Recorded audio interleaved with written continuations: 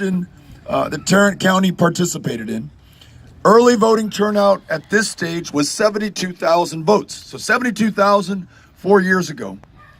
Same number of days this year, the next midterm election. It was 72,000 last time. It's 179,000 this time.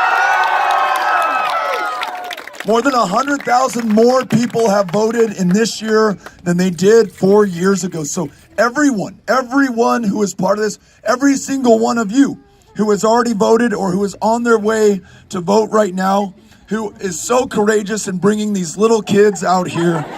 knowing that they have to sit through a politician speaking, but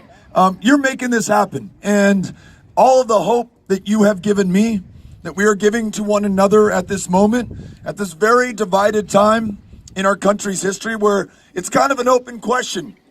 in the minds of some as to whether this still works 242 years in, that we get to freely choose those who will represent us, the course, the direction that this country will take, the level of incivility that we see in our politics today, our institutions under attack. The idea is that you could build a wall to solve our problems, or ban all people of one religion, or describe the press as the enemy of the people, or that Klansmen and Nazis and white supremacists are very fine people. That kind of stuff. We could be the match and the answer to that, not by descending into the same darkness and pettiness and meanness and hatred, but by transcending that, making sure that we're defined by our ambitions, our aspirations, the great things that we want to do, the big work before us that will only be accomplished if we decide that we are going to do it together. Whatever differences may exist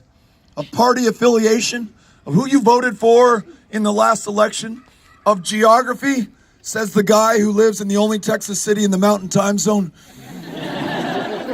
who you pray to, who you love, how many generations you can count yourself a Texan or an American, or whether you just got here yesterday. All that counts at this moment is that we are together and we have the chance to define the future of this country. That's exactly what we are doing when we cast those votes at the ballot box, and we encourage those in our lives to do the same.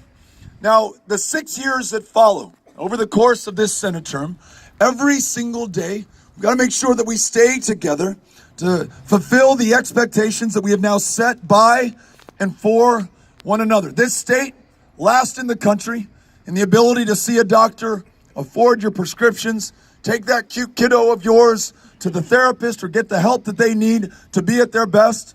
So many parents of kids who are medically complex, expensive to care for, who need to know that we're going to not only protect their coverage for pre-existing conditions, as important as that is, but we're going to ensure that every single one of us, whether it's primary health care, specialty health care, mental health care, in a state whose largest provider of mental health care services is the county jail system today, to the point that those sometimes with schizophrenia, bipolar disorder, depression, are getting arrested on purpose. Think about that. To go to the jail where by law they are guaranteed to get the help that they need to survive. We could be the same state that takes the lead nationally on guaranteed, high quality, universal health care for every single one of us, regardless of where you live, your circumstances, your fortune, your fate, or your luck in life. And that universal health care means that all of us are well enough to live to our full potential, to finish our education, go to work, pay our taxes, shoulder our fair share of the burden so that it rests a little bit lighter on everyone else. And universal health care also means, in a state that today is at the epicenter of a maternal mortality crisis, 3 times as deadly for women of color,